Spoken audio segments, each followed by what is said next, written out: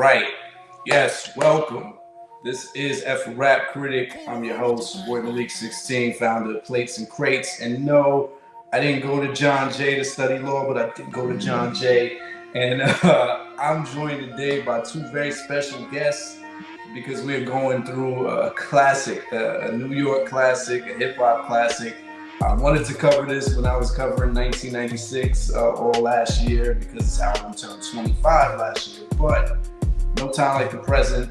I'm gonna let them introduce themselves first. My homegirl used to be a founding member, well, I guess that makes her forever a founding member of Plates and Crates back when we used to do live events in New York. Who you be? I'm Shani, serial entrepreneur, known for stilettos and sounds, entertainment and PR, connecting arts and entertainment with the community. But now I'm known for On Point Like a Stiletto, consulting and coaching, and Solitude with Shani, Reiki healing.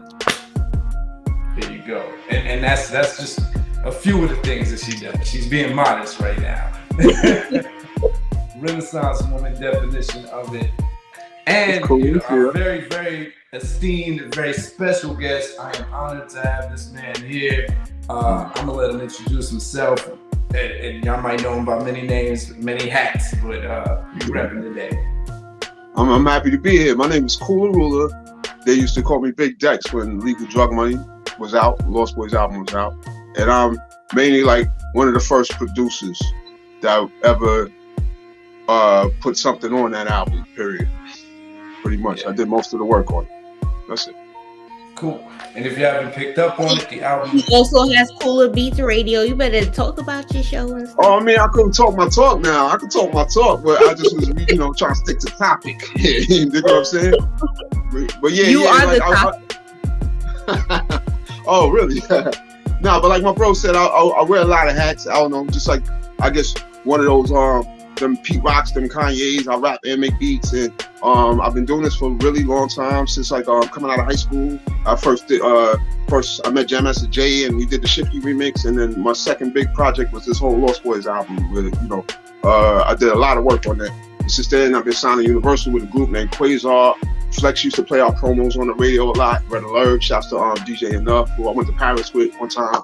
And then now I produce, DJ. I got a radio station, it's in hiatus right now, but it's called Cooler Beats Radio. Follow at Cooler Beats Radio. And I got a lot of joints out. Shout out to Jay Hardy, Jet Black, Jess James, Shot of God, and my man CeeLo Money. And check me out on Spotify, Cooler Root.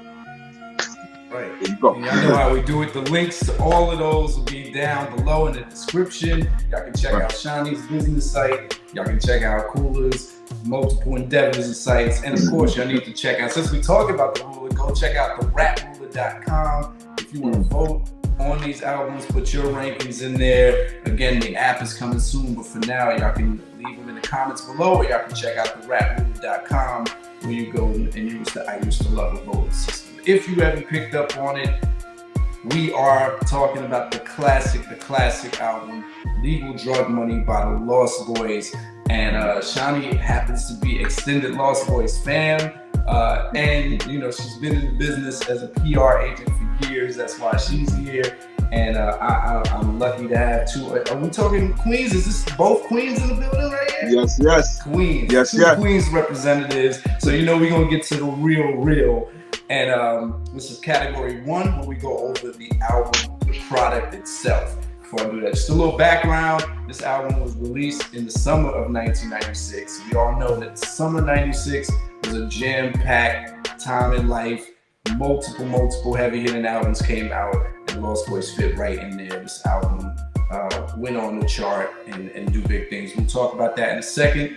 First dimension we go over when we talk about category 1 is Dimension 1, quality of the production. And again, honor and privilege to have you here, because you are one of maybe 3 of the main producers on there, if not the main producer. And I'll add to that, as much as I like to keep my personal opinion out of these episodes, you produce my 3 favorite songs on the album.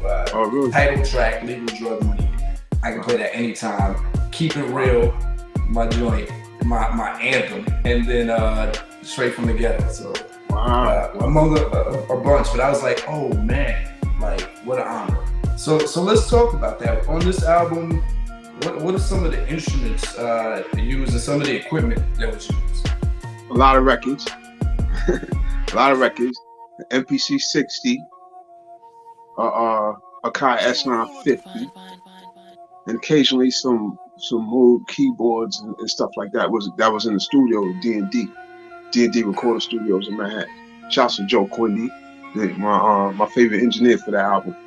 He was there alongside me. Yeah, legendary studio. I read somewhere that you, matter of fact, I might have to ask you to enlighten the people on who some of these names are that were affiliated with the record at this time.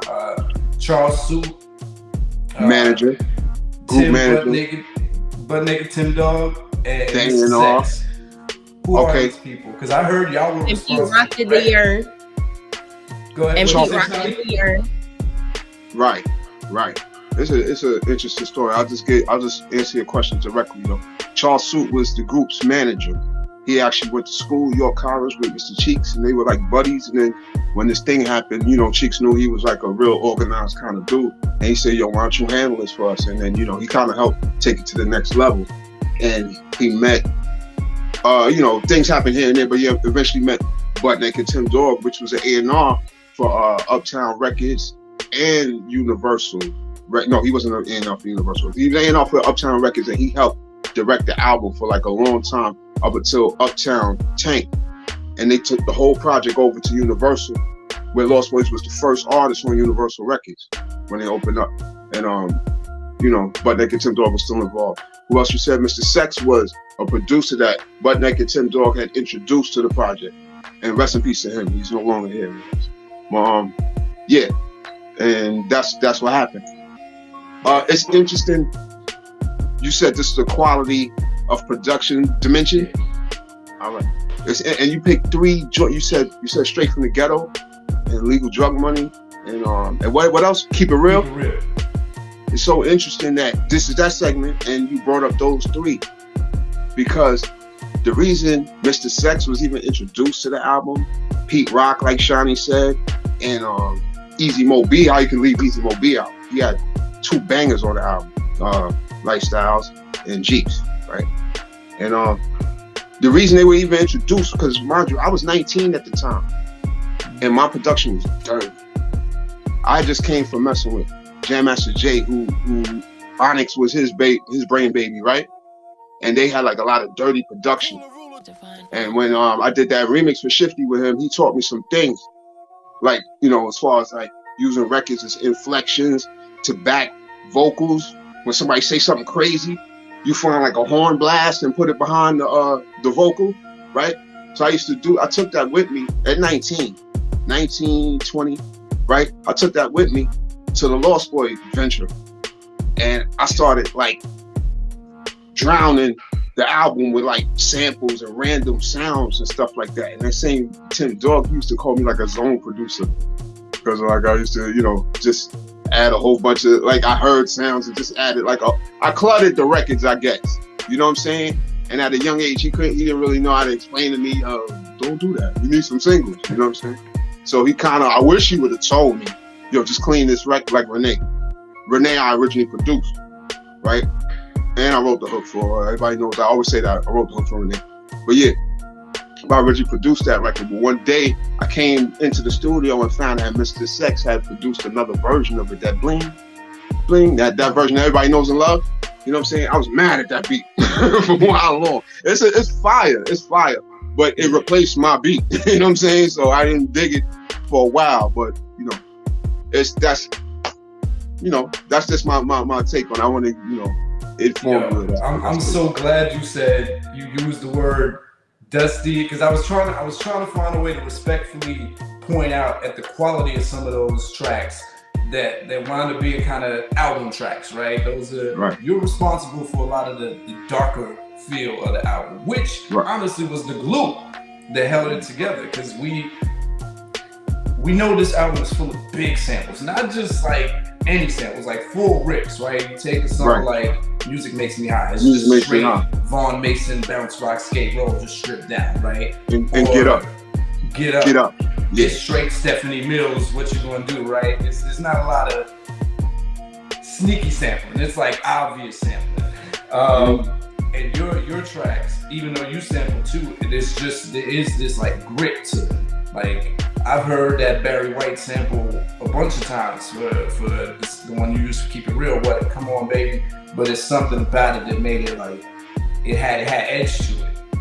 So you're saying that's just a lack of knowing, a lack of experience, the way you would just do your beats from just being young? Just dirty. Queen's dirty.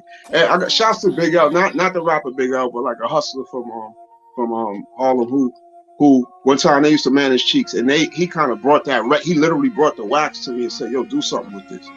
You Keep It Real, that Barry White joint. And that's what I did. I flipped it and it came out like that. So yeah. I guess lack of knowing how to make your drum sound crisp, like that Easy Mo beat punch that Pete Rock, for lack of knowing, kind of turned out to be a good sound. You know what I'm saying? But that's how it came up. Yeah. But it fit because even Pete Rock's production on a beat like Yearn, he went for like this like muffled feel. Because we've heard clean, super clean Pete Rock production. He went for like a little warble. He had like the bubble warble machine effect, but his bass lines and his drum hits were kind of muffled. And I think clean sometimes could be a bad thing, because when I listen to Lifestyles of Rich and Shameless, it's almost too clean. And Mo B was using some sounds that sounded, like they just hit the mark of not being outdated by the time this album came out, which I'm gonna bring up in the next dimension. Because I want to talk about how it all went together. But yeah, man. I actually love that track though. It's funny that you said that, but I love that track, that Lifestyles joint. It's clean. You're right. It's clean. It's super clean. Yeah, it makes you zone. And straight from the ghetto, just so I know, did you like reverse the notes? Because it wasn't the same melody as Keep Rising to the Top, but it was the Keep Rising to the Top sample originally. There's a version on the Red Tape. Shani, you know the Red Tape? Mm-hmm. I don't know if you remember that. Okay, the version of Straight from the Ghetto on that Red Tape has the straight up Kenny Burke in it, but we probably couldn't get clearance. So Joe Quindy, shouts to Joe Quindy, the same engineer I told you I like. He grabbed the bass guitar, started, and he flipped 2 notes. You know what I'm saying? So now it's ours. We'll flip it, because I was like, this is genius. Why didn't anyone do this before? As many times as that song's been sampled, it just gave it new life. And that's the thing about sampling. If you're gonna do it, giving it new life is big. And y'all need to get your props for this album being kind of like a precursor to what was about to happen, because this was right before Diddy came in '97 and just swept the game with all these 80s samples. With sampling is just the only way you can get played on. We just made it. It was the middle of the 90s. We just made it. It was the middle of the 90s, so we just made it before that turn. Right. I do want to touch on something you noted, Renee. Now, being from New York, I think most of us, I know for sure, because I used to sit in front of the radio, I heard 3 versions of this song before I think it was even a video was made. It was originally on the Don't Be a Menace to South Central While Drinking Your Juice in the Hood soundtrack. And so I heard kind of Caribbean inspired version. It had like maracas in it. It had a little bounce to it. And then I heard the one that I think has Mona Lisa singing on it, the Janet Jackson inspired version, the slower one. And then, of course, the one you said Mr. Sex did with the 4 notes. And shoot, the 4th was the one that I did that was actually on the Uptown version of the album. But those 3 remixes you're talking about was all Butt Naked Tim Dog and Mr. Sex is doing. Just to, I guess, promote the record. You know how they market records and so. But that, let me just add a little extra. It kind of messed up the publishing, because I started seeing my Renee checks go low. Because I wrote the hook, right? So I'm supposed to get like 5% of the record. But when they did all that remixing, somebody messed the paperwork up and left me out. So I had to go, you know what I'm saying? Do my due diligence. I didn't get everything back, but I got some back. Yeah. Right. So it wasn't, you're not saying it's like underhanded tactics, just kind of that lost in the sauce confusion? I'm not saying that. I'm not saying. I really don't know. Honestly, I'm not going to, like, I really don't know. I'm going to chalk it up as an honest mistake. You know what I'm saying? Got you. Yeah. It wasn't the group. It wasn't the group that did it. So, you know. Yeah, it's the business. We didn't get to mention The Game and All Right because, like, you could not tell me nothing when clean. Yeah. All Right. Like, you couldn't tell me nothing when those came on. I meant to ask about All Right. What did you use on All Right? What is that? Because it sounds just like distorted reverb. What was that? It was a reverse record. It was like a chop and reverse at the same time. Of a song I'm sure you know. I want to tell you off the. I'm sure you know the record though. It's one of them joints that your parents was playing in the car when you was, when you was younger and stuff like that. That kind of. It's a popular record. Yo, yeah, we'll talk about that more. Thank you, Johnny, for putting that in check. You know what? You got the exclusive. It's Murphy's Law by Sherry. You know Murphy's Law? I don't know that song. That's that producer here. Yeah, it's that joint. You knew that one, Shani? Yeah. No. Oh, you know it? Yes. Okay. Yeah, that's what made All Right. Cool. Cool. Shani, what you giving the production on the scale from 1 to 5? I mean, I'm gonna give it a 5. I mean, no, keep it 100. Keep it 100. No, for real, because I mean, think about the transitions, everything. Like, and the thing is, like, when you know the dudes from the Lost Boyz, not just like Mr. Cheeks, like it just encompasses all of their energy. Like, and they're just like the voice of the dudes of LB fans. So, yeah, I'm Gotcha. I also want to give credit. I know Clark Kent has something to do with one of the songs on there, and also the producer of the final song, Problems, which is freaking Ty solo. I forget his name, but it's something that Dwarf the Black Prince. Clark Kent did the original version of Get Up. He's the one that had the idea to do Get Up. I don't know why Mr. Sex did it over, but Mr. Sex did it over. And even Clark Kent's name was in the lyrics at one point, and then it switched up.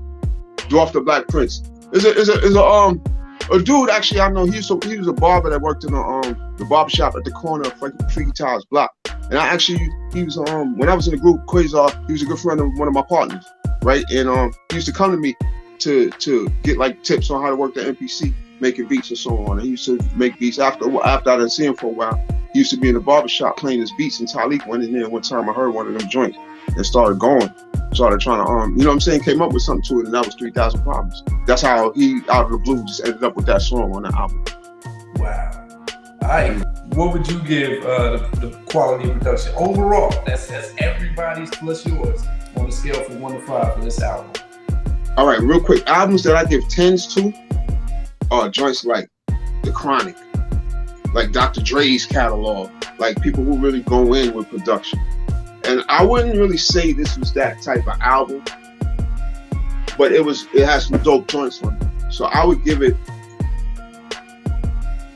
like a 4. Like a 4. Okay, yeah. Cool. I appreciate the honesty. That takes us to dimension 2, which is the cohesiveness, how well all that production goes together. So I heard that most of the songs from their demo that was being shot around the time, it was like you and Charles Sue were involved with, bringing them to the labels, and the demo, all the songs for the demo wound up being on the album. Not all. Out of State Money wasn't on the album. A couple joints didn't make it, but 2 joints that didn't make it ended up being on the Rhyme and Reason soundtrack. That was on Niggas Don't Want It Over Here. That was on the Rhyme. That was supposed to be on Legal Drug One, and Playing the Seed was on the Bulletproof soundtrack. And yeah, basically, me and Charles Sue, well, he was managing them. And me and Cheeks was boys for like a while, because we used to have prior to Charles Sue, we used to have another manager, you know what I'm saying, that brought us together, like, yo, you make beats, you rhyme, y'all got to meet. And so we had a lot of records that didn't really, before they was Lost Boyz, it was just me and Cheeks, you know what I'm saying? And then, like, we had split because we had issues with that manager, both of us. Like, we both stopped messing with him, so we didn't see each other for a while. Then we bumped into each other later at the Javits Center, and Cheeks asked me if I'm still doing my thing. And I said, yeah. And he was with those dudes. That's that dude I mentioned, Big L, that brought the record to me. right? He was with Doe. Them dudes, they was some fly Harlem, you know, getting money dudes that I guess just kind of discovered Cheeks and was trying to, you know, put him in the right places. And he was like, yo, we you know, we back. Like, they taking care of me. You need to, you know, let me come with me to the car and let me hit them beats. You know what I'm saying? And that's what happened. We, you know, that was the beginning of Legal Drug. So them joints that we came up with from therefore kind of made it to the album. There's another song named Billy. Like, Cheeks had a lot of story. It wasn't just Renee. It was Donna. There was Billy. And there was a song called Pop Life on the Prince beat. We was talking about some chick that was sniffing coke and all that. He had a lot of those stories, man. Not so to answer your question, no, not everything made it. But okay. I read Teddy Riley was involved at some point. When Cheeks was in VA, he met Teddy Riley. I don't know exactly what went on. I guess they had aspired to do some things, but it never really happened. Cheeks ended up on Party in the Party. There you go. Cheeks and Tally was on that Queen Pin record that Teddy Riley produced. Right. So I guess that's what came out of that. Okay, that makes sense. And then I bring that up because, you know, there are a lot of samples on the album. And so the idea that it was mostly the demo, you know, version of the album that was used final and maybe some industry touches put on there, that's a huge gamble to take for a debut album to have that many samples, because I heard, you know, sample cuts eat percentages up out of an album. So were the sample songs, like the big ones, those added later? Was that a label decision? Those were like at the end, after we kind of finished the album, then they listened to it, they was like, we need more singles. And that's when Lifestyles of the Rich, Jeeps, all the singles kind of came after. You know what I'm saying? After the album was done. You know what I'm saying? That makes sense. And it worked because, you know, I mentioned Pete Rock's production, the music makes me high. Those drums, those little rim shots and drum kicks, because it's really a stripped down beat. They match with some of what you described, like the murkiness, the dustiness of your beats. So even the commercial songs don't sound like a crazy deviation from what was going on with the rest of the album. And some of these songs got away with being singles that wouldn't have worked.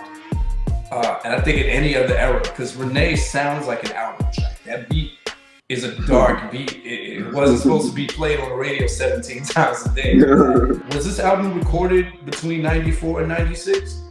Even a little bit earlier, maybe 93. Maybe 93. We were in that Wu-Tang inspired era where everything, of course, hip hop is built on sample, but the way sampling was happening was really innovative, but we were in the darker parts. There was a connectedness that happened with the singles not being super, because you know when the Bad Boy single came on, you heard like the chimes and the glitter. You didn't get that. That's what's up. Even the commercial singles, it'd be followed by another song that would even it out. And so, you know, the first half of the album, you know what you're talking about, yo. Sorry. You You know what you're talking about. I remember I used to have to fake produce like that Bad Boy and had to find bells to add to my. You be knowing. Go ahead, it didn't get bad until 97. 97 was, you know, you even saw Mike Geronimo getting with Diddy to do a single, you know, like that was just what it was. Here, you know, you could have a big, you know, sample and then come back. Because again, Straight from the Ghetto was a big sample too, but it matches with the music makes me high. The Yearn matches with the game. It seemed like there was enough cohesiveness that there's not one track on it that's like, oh, where did this come from? It all works. 1, 2, 3 being the darkest track on there, and I would say the brightest track being Is This the Part? So we think about how the album all flows together, even from the way it's sequenced. Shani, what you giving this on a scale from 1 to 5 heartbeats?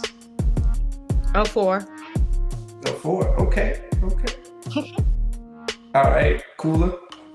I'm gonna give it a 5 because I think that's what made the album. I think the way the story, you know, like from the beginning, shout outs to the world, man, and all that. The way when everybody, you anticipated what the next song was gonna be. So now I get that a 5. It was right. The fact that they used Summer Madness for the intro, right. Yeah, I hope this album didn't get too much percentage eaten out of it because of the samples, but you know, like you said, it was the era. Real quick, when we used to finish them songs, they used to give me like stacks of dittos to fill out, like papers to fill out. That was sample clearances. So every little sample, I don't care if it was a little horn or whatever, I used to have to go find the record that I got it from, write the person's name, the name of the song, and their publishing company on the paper and give those in. So they had a hell of a time clearing the samples for that album. and that's a big shout out to the label. That's a testament to Uptown because they took a gamble on it. You just don't hear that. Debut album from an unknown group with no connected ties. It's not like they had a cosign from somebody saying they're under me. You know, of course, you know, Heavy D and everybody gave me the cosign as part of Uptown, but it's not like this is my group. It's like it's just a new group. So man, what a time to be alive. Dimension 3. Dimension 3 we jump into, and Shani, you can speak to this well. The intentional mood or tone on the album. A lot of albums don't have a mood or tone, so they just fly all over the place. And or a lot of albums think they're setting the tone and they don't do it well. I think there's two currents that run on this album. It seems like one, Lost Boyz is super duper invested in showing you their side of Queens. Up until this point in the 90s, or even from the 80s, we heard a lot about the northern tip of Queens, the Long Island City, Astoria area, right? Queensbridge and all that. But this is Southside. Now we had Onyx, and I'm so glad you mentioned you did the Shifty remix cool because that's one of my favorite songs of all time. But Onyx was giving you this super, I don't even know, I'm trying to respectfully put it. It was a exaggerated, animated version of Southside, right? It is what it is. Yeah, it was dope. But it is Lost Boyz is trying to give you their side. They're trying to let you know what Southside feels like. And then I say the other undercurrent here is ghetto. Like, unlike other rappers at the time trying to go on yachts and stuff, everything was about ghetto, whether it was desperation or celebration. I feel like ghetto was the main thread. It's ghetto champagne, ghetto tears, ghetto party, ghetto. Lost Boyz represent Southside Queens wearing Timbs and jeans, right? They're big on that. Does that sound about right? Yeah, it's accurate. It's F. Yo, these dudes were really like, you know, that buddy feeling you had when you with your boys, you know, when you right out of high school, and like they were really the type to go to a party and be so, like, I don't know, they'd be infectious to the people that they would start bugging out and have everybody doing what they doing, and nobody knew who they was at the time. You know what I'm saying? They was always like this, especially Ty, Shani, you know Ty. You know what I'm saying? So like Cheeks was already a dope rapper, and anytime he said something that got Ty hype, Ty would just he'd be the super hype man regularly until he started rhyming. He did used to kind of rhyme, but not seriously. But then when the deal came, you know, he polished it up a little bit. But he was mostly that man that made, you know what I'm saying, made the mood happen. I can't say it was no one member. I just know Cheeks is the dude. He's the loving ghetto, 1,000 ghettos deep type dude, and Talik is the dude that's gonna hype that. And Lou and Spig, they there with it all day. You know what I'm saying? They are very important to the group. By the way, I have to add, there's no Lost Boyz without Lou and Spig. I don't care what y'all say. You know what I'm saying? They was really they was like. Matter of fact, Lou came up with the name Legal Drug Money. Put it that way. Yep. Lou is the go-to man for a lot of like, just Lou, what you think? Lou is the man. Trust me. A lot of times, the ones that you think the quiet ones. Right. Yeah. Gotcha. Right. Lou, he's talking all about you.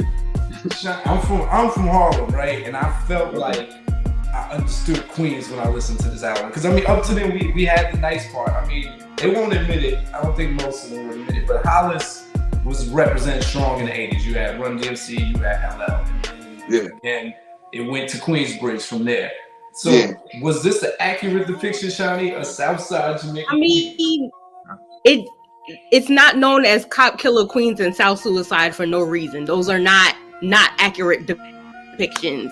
And think about Pharoah Monch talking about 113th Precinct. He ain't never lied when he's talking about 113th Precinct. And that's literally our part of Queens. Right. No lie. Right. But that's what I feel like. That's what this album encompasses. Like the summertimes in Lincoln Park at the basketball. The fun part about it. I used to go there just to hear Ty's voice, like yelling at people in the summer. But like Rula said, like whatever, like it would just turn into a party. Tournaments would be a party all night long, just chilling, you know, and so not the park jams, not just tournaments. They turn into park jams where you got like 5 DJs come out with a wall of speakers, you know what I'm saying? And it always turn out to be like a MC showcase, you know what I'm saying? Not like a showcase, like them corny showcases where your favorites, Spec G, Fred Dro from Onyx. Who else was out there? P.I. You know what I'm saying?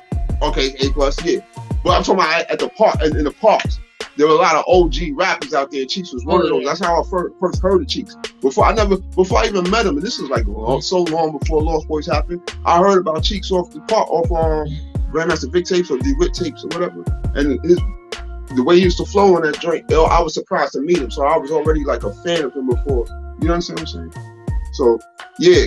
That's how Queens used to get down. We was really, I mean, look who we had. We had Kid and Play. We had Salt and Pepper. Look at the type. As far as the art is concerned, we had Run DMC. We had super level C Casanova Rudd, right from where Ty lived. They live right in the buildings, literally walking distance from where Ty lived. You know what I'm saying? So yeah, you can see how they was like fun artists. And now that was like in the 80s. So you know how things get a little more gritty in the 90s. That was the version of Kid and Play that we had. You know what I'm saying? Kid and Play and Salt and Pepper. Lost Boyz, man. You dig what I'm saying? Yeah, like I said, for good or bad, ghetto was the main thing. It was like instilling pride in being hood, and also I got to get out the hood. But it worked. Like, so you hear like straight from the ghetto, and Cheeks is describing all the things that could take him out, but why he's dedicated to it. And then you hear something like Get Up, and I've always liked the Get Up remix. I think DJ Scribble did that, the one with the Brick House sample. But that's my go-to party song. I can play that anytime. And that just sounded like a ghetto party. It's like the Wits on the mix, and we up here drinking liquors and beers. Like everything was ghetto. I gotta give them props for maybe being ahead of their time too, because some of that griminess was ahead of it. You know, it came back in '98. And it became fashionable because I think after the glitziness of '97, once DMX came in and was talking about desperation rap, right? I got a lot of dreams, but I'm not really chasing them. You know, that's the stuff Cheeks was talking about all throughout this album. He's always referencing what the crew's going through. He's like, Talib got mouths to feed, you know, like it's always. So there's as much of the celebration, that desperation rap wasn't fashionable back then because everybody else was super bragging. What we giving this on a scale from 1 to 5? I'm gonna give it a 5. Yeah, I gotta give it a 5. Because I went away to college at that time, so I would listen to this and just think go home. Yeah, I feel you. I think you were telling me that too. Yeah, I can see that. Yeah. All right, Dimension 4 is the distinction of the songs versus the repetition of the words and the sounds. So like. This is talking about the redundancy on the album. So from the production standpoint, Cooler, you think that the album hits any points of monotony or redundancy in the beats? I can't say no, I don't think so. Maybe, no, nothing. I'm not gonna search for something. Yeah. I mean, I think if you're a super production nerd and you want to be picky about similar drums and bass lines being used and stuff like that, some of the stuff that ties it together being Achilles heel too, but I don't think you're gonna find a lot of the same instruments or the same kind of patterns used throughout this album on the production. I think when you do get repetition is in the lyrics. You know, sometimes Cheeks kind of runs out of new ways his favorite word is me and my team. To hear him use a lot of the same words, and he never misses an opportunity to name the crew. That's something like I really appreciated. That some people might have gotten tired of that or felt like it was lazy, but I thought it was always dope that in the middle of the verse it's like, Mr. Cheeks, speak nice, you know, like rep your crew, right? And then one thing though, Queens, y'all are so guilty of this since day one. Y'all got your own slang, and sometimes y'all get lost in that Queens slang, thinking that only, I don't know if y'all think only Queens has listening, but like, y'all got words that no other borough used. So especially in the 90s, it was like oops and calling dudes who were like lame sexy. I never understood that. And chicks Smitty's called chick Smitty. But look, Cheeks coined the word treat. Wow. I did not. That shit's universal, man. Shani, you concur? Yeah, I mean, working with Camp Low, they got their own language. So, yeah, I think wherever you come from, you have your own thing. Yeah. Like, yeah. You're right, because the 90s was the time for that. 90s, Wu-Tang lost a lot of people. Mobb Deep lost a lot of people. Yeah, these dudes was like, yeah, Cuddy. And we were like, they use the word Cuddy as cousin, but we knew Cuddy as crackhead. So we like, which one is it? Yeah. Mobb Deep lost a lot of people with their Dun language. Bone Thugs was doing a lot of that beat killer stuff. So 90s was really the time for people to be using their little esoteric crew language. But the Queens slang sprinkled throughout here used to throw me for a loop. Like I know bursting used to be like I'm about to bounce. I'm bursting in and out of state. So a lot of that. So what you saying? Do you think that's a bad thing in general? For you were saying you think that you said we lost people with that. That's how you. That's just an observation. I think you had super fans don't care. When Wu-Tang was in their prime, no one cared if they didn't understand what Ray. Because I used to listen because of that. I used to sometimes you subconsciously jack slang just hearing somebody say something that you never heard before. You know what I'm saying? So you would go to the Wu-Tang album to hear some different shit. You know what I'm saying? So like I kind of like hearing people's slang and decoding it. You know what I'm saying? Right. It's kind of fun. That's part of hip hop fun. You know what I'm saying? So that's true. And I think being in the era, none of us mind it. And if you're a fan of it, you really don't mind. But I think for new listeners, if they come and they're like, what is this? If your album is full of that, then it's easy to like lose some people. So, that's just one of those things that come with the territory. It's a risk you take when you do that. But yeah, I think in the words is the only space where you'll hear some things repeated. Like the hook for the game is pretty much the same as the hook from the Yearn, just different words. It's the game. So we get moments like that, right? So what you give it on a scale from 1 to 5? 5 being that it wasn't that redundant, 1 being it was very redundant. So anywhere between that. Oh, repetitive? I give it a 3. Cause I give it a 3. Got you. Cool. Yeah, I'm gonna say, when you asked me about the redundancy, I was thinking about the production aspect of it, but then you brought up the lyrics, and I agree. So yeah, 3. Okay, something for y'all to consider. Dimension 5, we're talking about the amount of content versus the amount of songs. So this is a 16-track album. I think it's 15 actual songs. If you don't count the intro. 14 if you don't count the remix. So, 15 tracks altogether, 14 if you're not counting the remix. And this is another area I don't think Lost Boyz gets enough credit for on this album. Lost Boyz has something to say. I think they get lost in we talk on this. The reason this channel exists is because hip hop is about perception. You do one thing that overshadows your career, you're that forever. Humpty Hump wears the nose, you don't take him seriously as a rapper, right? Ludacris puts big arms in the video, you don't take him seriously as a rapper. He's just entertaining.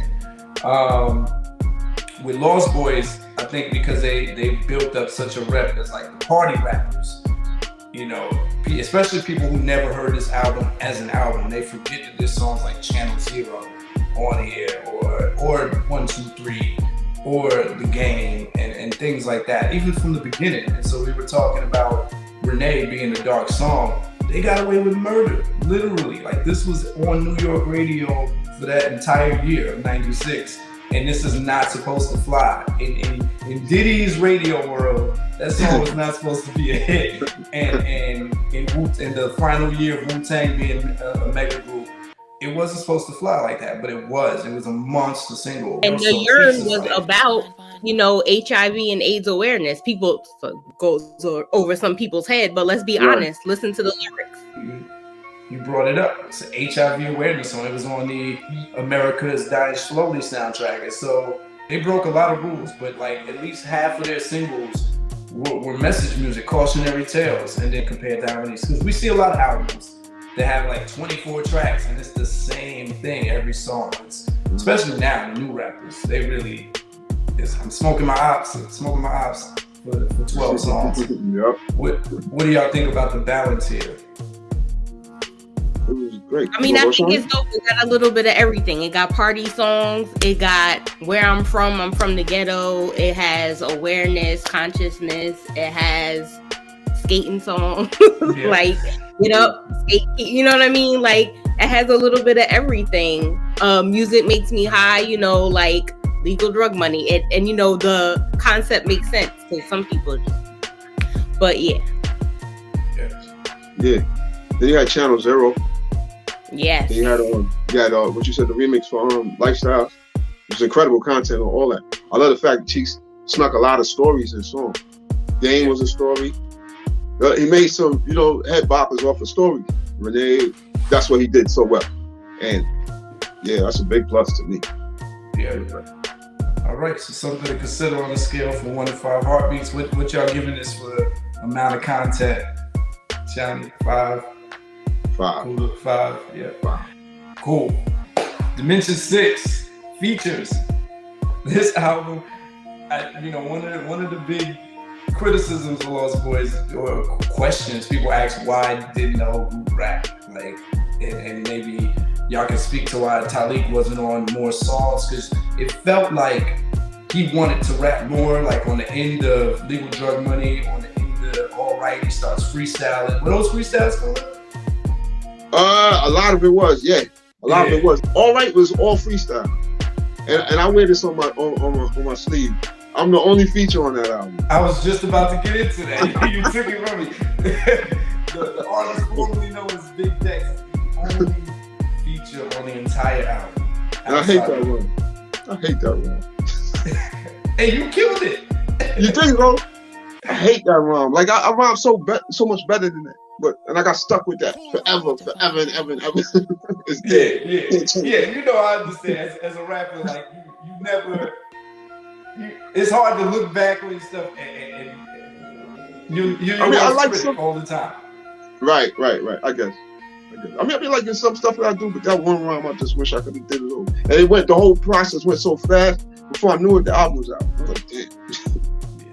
The America's Dying Slowly version of The Urine has Pete Rock doing a verse on it, but that didn't make it to the album. So, I mean, how's it feel to be the only rap feature, man? I talk my talk with it sometimes, but but then again, the verse sucks, so it's like bittersweet. So to me, but a lot of people said they did like. So Shani, you know Talik well, you knew Talik well. Like, do y'all have an answer why Ralu didn't rap? Let me not act like I know it. Why Pretty Lou didn't rap and why Talik didn't rap more on the album? I wasn't in the studio. You gotta ask Dex that question. Lou actually did rhyme before. He ain't really. it didn't sound too good. He didn't really like it. So he just left that alone. Spake rhymed a lot. He didn't make the album though, because he wasn't rapping back then. But after that, Spake started making records. Okay. But on later albums, you hear Spake rhyme. So was Freaky Ty supposed to be on more verses, or it's just kind of getting where you fit in? There was no real rules. Cheeks just made his songs. Cheeks was just writing his songs. If Ty felt it, he would hop on it. A lot of times, if he didn't feel it, like if he realized I give you this gem, Ty's not on Renee at all. Right. He didn't like that record. He thought it was too pansy. It was too girly girl. If Ty didn't like something, he ain't mess with it. You hear him hyping almost every song on the record, but besides Renee. Yeah. But the version I did, he was on. Gotcha. That makes sense because Freaky Ty is like the only song on the album that's like deliberately aggressive and violent. It's the only song where he's talking about I'm going to body somebody I was like, well, that's different. It's the dark. No, 1, 2, 3,000. What did you say, Shani? You talking about 1, 2, 3,000 Problem? Yeah. I was like, this is different for the rest of the album. It's the only song. It is, but it's the way he told the story. Like, I'm a visual person, so I always had like different visions in my head of him going out to Hempstead, because my family from Hempstead. You know what I mean? Like, right. Yo, I want to give real quick. I want y'all to see if y'all get one guess each. Who Talik's favorite rapper was? Like his one of his all-time favorites. Okay, Shani, who'd you say? Tupac. He don't sound like nobody to me. Okay, who'd you say, Malik? I said G-Rap. Yup. Absolutely. Listen to On the Run. Listen to I Got a Job for the Mall making keys. Right. Right. Now listen to 1, 2, 3. It's a cool summer night. You know what I'm saying? That kind of thing. He loves you. That's wild. Yes, I mean, the features is something to consider on a scale from 1 to 5, because I mean, they're such a self-contained group. They really got away with this. 4 members in the group. That's some Destiny Child. I mean, like, and Cheeks really held it the most. But I mean, wow, yeah, something to consider on a scale from 1 to 5 heartbeats. This is a question of whether the features hurt the album or not. So 1 means that it really messed the album up. 5 means it added to the album. So on a scale from 1 to 5, that's my favorite song. So 5. Oh, right, it's your favorite track?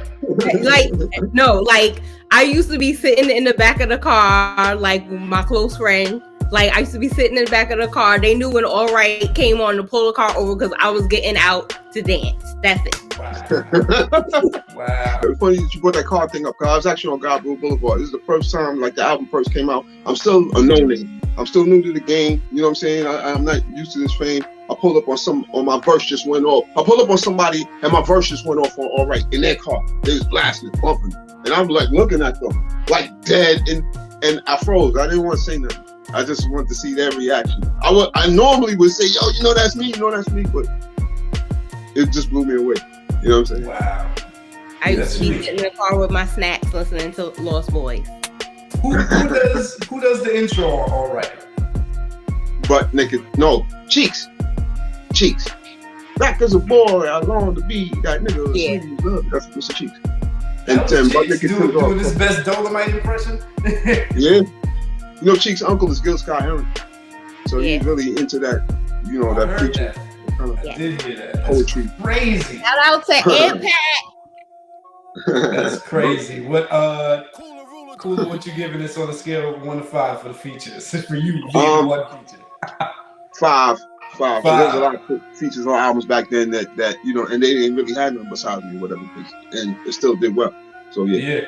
Yeah, that's a great point, man. Go ahead, brush your shoulders off on that. That's only Dimension 7, the most subjective dimension out of them all. The weakest songs, and do the weakest song, or does the weakest song take away or weigh the album down? It's always up to personal choice. If you don't like how much the album uses samples, you might consider that a weakness. If you were expecting super duper lyricism, that you might consider this a weaker album. If you thought it was weak because every crew member didn't rap. So it's always super subjective.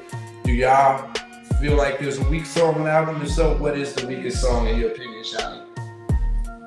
I used to listen to this album from beginning to end, back to back. So no. Got you. Weakest songs. All strong songs is like in the beginning. And it goes to like Keep It Real. It goes to like, you know, we call Legal Drug Money. There's another song between there somewhere. Then it's Get Up, The Game. Is this? It's just the part. I love all them joints, man. It's my weakest joint, or at least the song I listen to the least. Mm-hmm. That's a good question. Probably something I didn't produce. Probably, I don't know. The weakest song, shoot. Probably Straight from the Ghetto. Probably Straight from the Ghetto. It's a dope song. That's my point. It's a dope song. So that's the weakest song. And I gotta add, that was the first song that ever played, the first thing that ever came out of the speaker when New York Undercover ever touched the screens of TV. Wow. Yep. Soon as it came on, straight from the ghetto play.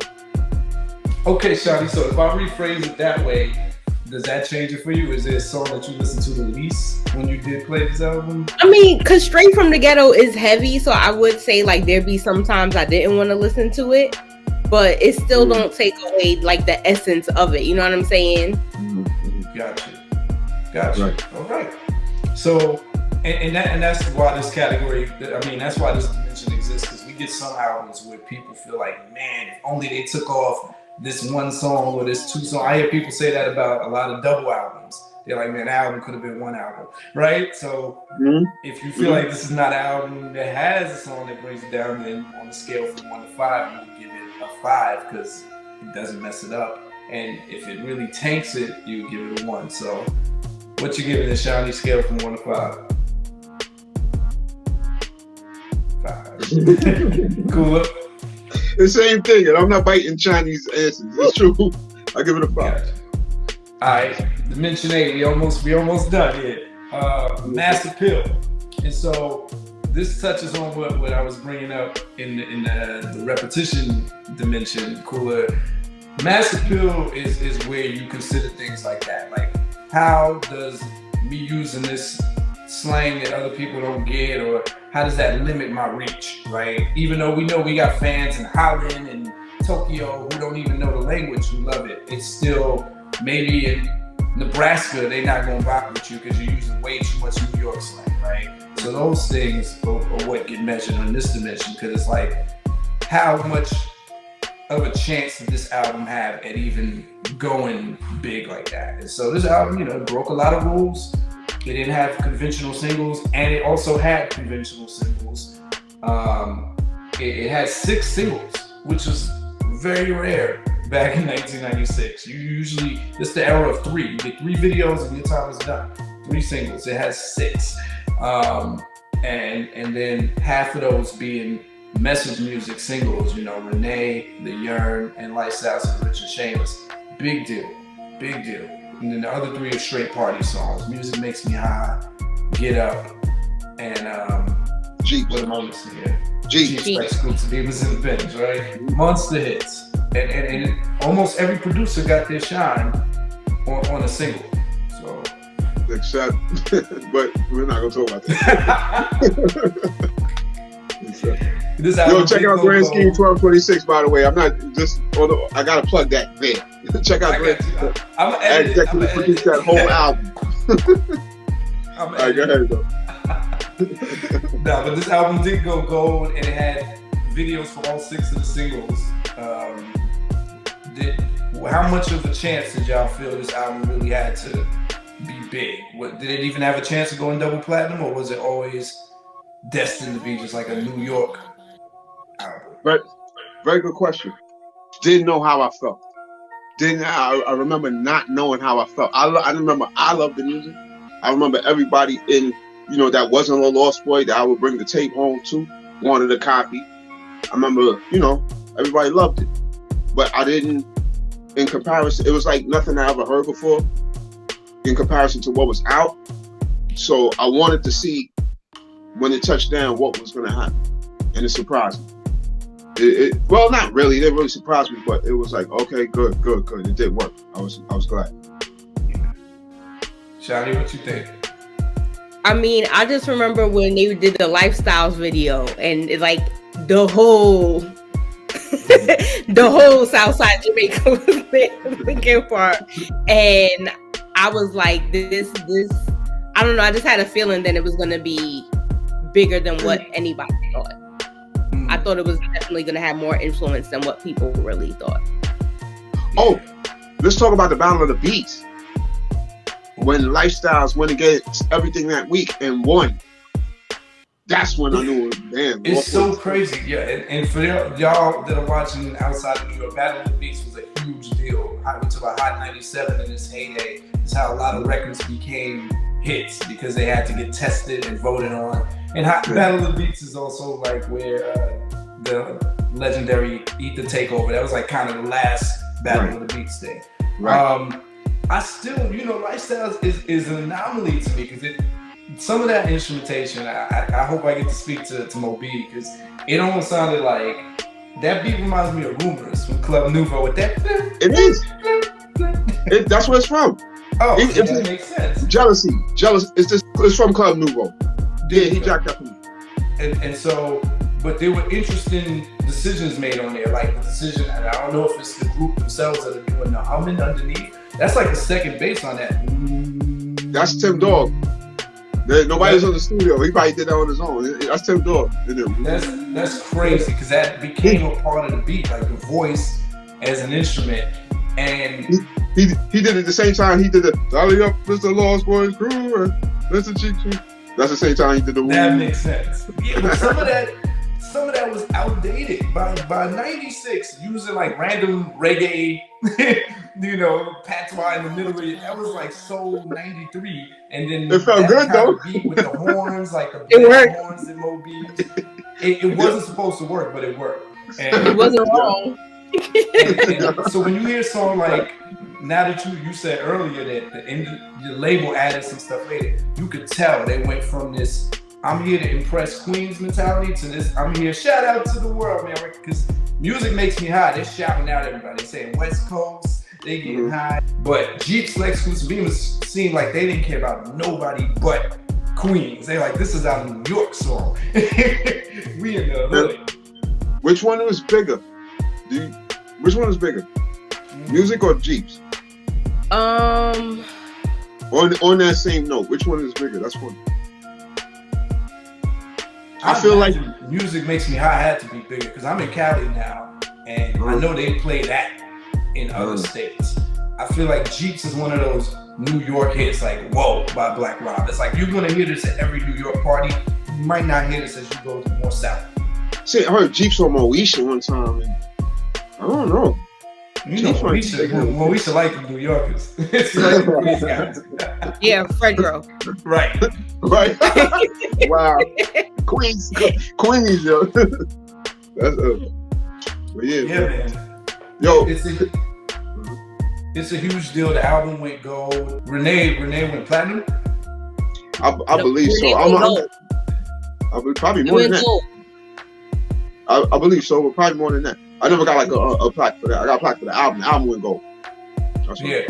That's just off top me saying that, because they play it so much still. Like and that's with all the versions and all the madness that happens and the confusion. That too. But we saw Cheeks be able to recreate this magic on his own, because I feel like Lights Camera Action could have been on this album. It's the same formula. Using the popular single, doing that chanty style, and they fit in this lane that you don't see a lot of rappers able to do. Biggie was able to do it, Fab, where they get the female audience and the male audience. They were grimy enough that dudes felt it and got with it, and then the women liked it. They really had songs that women gravitated to. I was asking Shani, I think, in one of our combos, if like this was like party music for us. She's like, yeah, even in college, you were introducing people to the album, right? Yeah. It was an energy thing, man. When you hear Charlie, like it bring you out of your shell. You think what I'm saying? So even if you didn't think you would like it, you wouldn't have liked it. Because then the way those two dudes interact when they start doing all this, you know what I'm saying? I think they start doing the LB shuffle at a party, it's over. Right. And the visuals or the dopey though. Yeah. But once you seen the visuals, it came back with you when you heard the song. So that the visuals were super important. Yeah. So something to consider on a scale from 1 to 5 heartbeats is something that New York needed at the time too. Where again, everybody was super Wu-Tang and Mobb Deeped Out mafioso, and this is right before Puffy made it glitzy. They were right in the middle with a nice healthy dose of grittiness. And I think Cooler said earlier, like, bring some of that Kid and Play energy back. Like, yeah, we wearing Tims and jeans, but we gonna like, go in a circle and run out of Rosie too, right? So what y'all giving this on a scale from 1 to 5 there, the mass appeal? 5. Their mass appeal was everything. Shani, Africa, yeah, Zimbabwe. Sorry. No, go ahead. I was about to say, Zimbabwe in Africa, they love a Lost Boyz. They especially when he said from the best in Zimbabwe. Hey, he was talking about the club. He was talking about the club, but when they went to Zimbabwe, oh God, people lost their minds. Now they love That's it. crazy. That's dope. And they might be one of the only rap groups to ever shout out an African country. So, Right. They was the first to go to Africa, I believe. Dimension 9, my favorite, the 3 I's. That's impact, innovation, and influence. Impact did impact and influence is not the same? Well, impact is like what was felt when it came out. Innovation is what was created or introduced to the game by this album. And influence is like did anything spark from any trend start, and do we see any rappers? I don't think they started many trends. The only thing is Lil Kim tried to do that record after him. Wait, I gotta differ. Cause wasn't nobody wearing Carhartts like the Lost Boyz until they was wearing their Carhartts. But who ended up? Oh, you know something? You damn right, Shani. Because Lil Wayne, I heard him. I didn't hear him actually say this, but I heard it's been said. Lil Wayne said he grew his dreads because of Mr. Chief. And what's their name? Saint Lunatics. They said they was like pretty much trying to copy Lost Boyz, and you know, to a degree, respectfully. You know what I'm saying? So I guess I think most of the 3 I's happen from their image more than the music. I don't know if anybody ever tried to rap like Lost Boyz afterwards, and we damn sure didn't see more groups come. This is kind of like the end of groups. After this, we didn't see a lot of groups, but that look, that iconic look of bringing twists back, twisting braids, dreads, it lingers. It separated it from the pack for sure. It stood out in the 90s. Right. That was the style that we only saw in the early 90s when everybody's doing it, then it died off. And then with this look, it's like that it fed into the whole ghetto brand that they were going for too. I just want to say, sir, I wanted to say it a little while back because you saw my Onyx and you saw my Lost Boyz with the dreads. And I wanted to pull up both of their first albums if y'all can't pull up Back the Fuck Up by Onyx and pull up Legal Drug Money. And look at the covers, right? On the covers, it's all 4 head. You know how they, right? Yeah. Both of them, right? One member in each group died. They both from Queens. I produced both of them. I got both plaques on my wall, so I always seen that. I stared at them like, oh shit! Like this is something. There's something to that. I mean, there's 2 4-man groups from Queens that both was groundbreaking, and you know, I just wanted to, put that out there. that was a mic drop moment. That's cool. I'm doing the eBay face over here. Right? Yo, thanks for pointing that out. No doubt. I want to bring up the Music Makes Me High remix because of like everything that was going in that era with East Coast, West Coast. But you know how music is universal to bring everybody together. Like to me, that's what the Music Makes Me High remix was for me. Right. Like that Queens has this influence. This, you know what I'm saying? This influence on the West Coast too. But the Carhartts though, that's a Queens thing. Sorry. Yeah, Carhartts. I don't see Carhartts much anywhere but Queens. Yeah. You know what I'm saying? Yeah, Dickies, man. Dickies was West Coast. But we was rocking Dickies too. Yeah. Wow. Yeah. Y'all hitting on the nose. Something to consider on the scale from 1 to 5 heartbeats. So that the 3 I's, the impact, influence, and innovation. What you giving it, Shani? I give it a 4. Okay. See, I had to put it up first. All right, the final dimension 10, the overall timelessness and uniqueness of this album. So where in music history does this album sit? If we go back and listen to it, does it still sound like a special piece of music? Is it different from what came out in 1996? Does it stand out? And does it sound outdated? No, it don't sound like anything that came out. Not to me. Does it sound outdated? It's a nice play that. Oh yeah, I ain't hear that in a while. So does it sound outdated? Yeah, it don't sound like what's out now. It don't sound like no drill music or nothing like that. So yeah, I guess it does, but it's still a dope classic. It's dope to listen back to it. Well, I mean, the reason this dimension exists is because, of course, you know when it came out, it's not gonna sound like but some stuff is old but classic. You listen to Marvin Gaye, it just never gets old. Right. Some albums you can't, like I just reviewed Ultramagnetic MC's album, Critical Beatdown.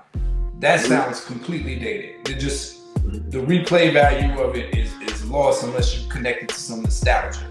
But there's other stuff that's old that you can play and it's timeless. If you play Pay It in Full, it still sounds classic. So not so much, you know, can you tell it was made in 95, but more like, if I play this today, can I listen to it without cringing? You know? Okay, yeah, I think you can listen to it without cringing. I think you can. Yeah, so it has that timeless value for you. All right. We talk about this a lot on the channel. Y'all use the cheat code on this album. The cheat code wins every time. It's hard to mess up when you sample a song that other people already love and you do it justice. So, you know, again, straight from the ghetto, using Everybody Loves Keep Rising to the Top, and y'all did it justice. Y'all breathed new life in it. So it already has a 50% chance of winning because of the familiarity factor. So the samples here were all used brilliant, like even if they were straight rips, so that helps it feel timeless. And then nobody sounds like them. It also helps when you don't sound like nobody else. Yeah, so scale from 1 to 5. Shani, you saying it's timeless? You give it a 4 or 5? Not 4.5? Really? Yeah. And Cooler, you say 5 too? Yep. Yeah. Timeless. Yeah, I was just playing Keep It Real in the car having a party like 2 weeks ago with myself, not caring. So. Well, I seen countless videos of like for instance, I saw mother and son in the car, both reciting the I think they were white too, all Latino, both reciting the lyrics to Renee. I was like, damn, they different generations. I was like, damn. So yeah, yeah, you know what I mean? I give them a 5. Man. Yeah, it's living forever, man, and so dope that you are part of this historical body of work. Like, it's got to be. Thank you. It's got to be a good feeling to know that you lived through that, through your contribution. Even though you don't like your verse anymore. Yeah, I mean, yeah.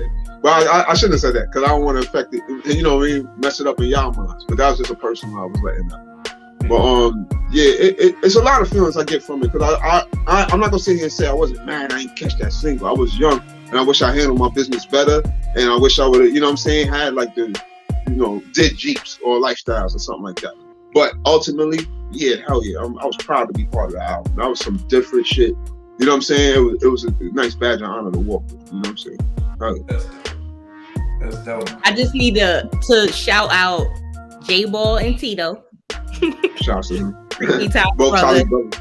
Shout out to Freaky Kai, Ty's son. Rest in peace, Ty and Lou Lamb, Smiley, like everybody in LB fam that we lost. That's a fact.